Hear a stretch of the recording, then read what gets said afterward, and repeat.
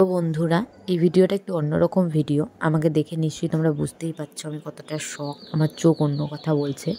এটা ছিল 17ই আগস্ট শনিবারের ভিডিও, যেটা খুব খারাপ একটা দিন ছিল, আর আমার লাইফে সবথেকে খারাপ একটা দিন এতগুলো বছরের মধ্যে বলতে পারো। আমি তখনও বুকে হাত দিয়ে ভাবছি এটা কি সত্যিই ঘটনা, মানে বিশ্বাসই হচ্ছিল না যে এই দিনটা এত তাড়াতাড়ি আসবে বা সেদিনই আসবে। তো আমি আর মা রেডি হয়ে বেরিয়ে পড়েছি, কারণ আমাদের যেতে প্রায় 2 ঘন্টা টাইম লাগবে। বাবাকে পাঠিয়ে দিয়েছি, যেহেতু আমাদের ঘুম থেকে উঠেই শুনেছি ঠাম্মা নেই, তো বাবাকে তাড়াতাড়ি করে পাঠিয়ে দিয়েছি। তারপর দিদিদের সঙ্গে কন্ট্যাক্ট করেছিলাম, তো দিদিরাও চলে এসেছিলো, কারণ আমরা যেহেতু একই রাস্তা দিয়ে যাব, তো দুজন মিলে কন্ট্যাক্ট করেই যাচ্ছিলাম।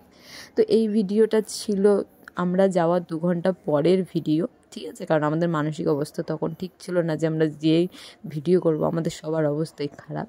ঠাম্মাকে যখন রেডি করানো হবে, হলুদ বাটা হচ্ছে, তখনের ভিডিও এটা।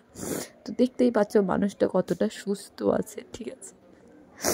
মানে এখনও অবধি না মানতে পারছি না, 2 দিন 3 দিন হয়ে গেল, এখনও অবধি মানতে পারছি না।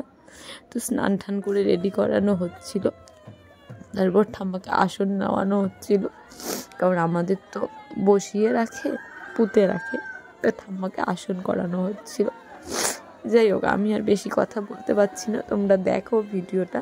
অনেকে আমার কাছে বলেছিলে আমাদের নিয়ম কানুনের ব্যাপারে, তো তাদের জন্য শেয়ার করলাম। আর সত্যি বলতে কে এই ভিডিওগুলো করেছে আমি তাও জানি না, মোবাইলে দেখলাম ভিডিওগুলো, তো ভাবলাম সবার সাথে শেয়ার করি, তাই তোমাদের কাছে শেয়ার করছি। আমার ঠাম্মা ছিল আমার কাছে বেস্ট ঠাম্মা, এটা আমি সবসময় সবার কাছে বলতাম। এবং তোমরা নিজেরাও ভিডিওটা দেখলে বুঝতে পারবে কত লোক হয়েছে আর সবার চোখে জল। মানে একটা মানুষ কতটা ভালো হলে সবার চোখে জল থাকে তোমরা নিশ্চয়ই বুঝতেই পারছো।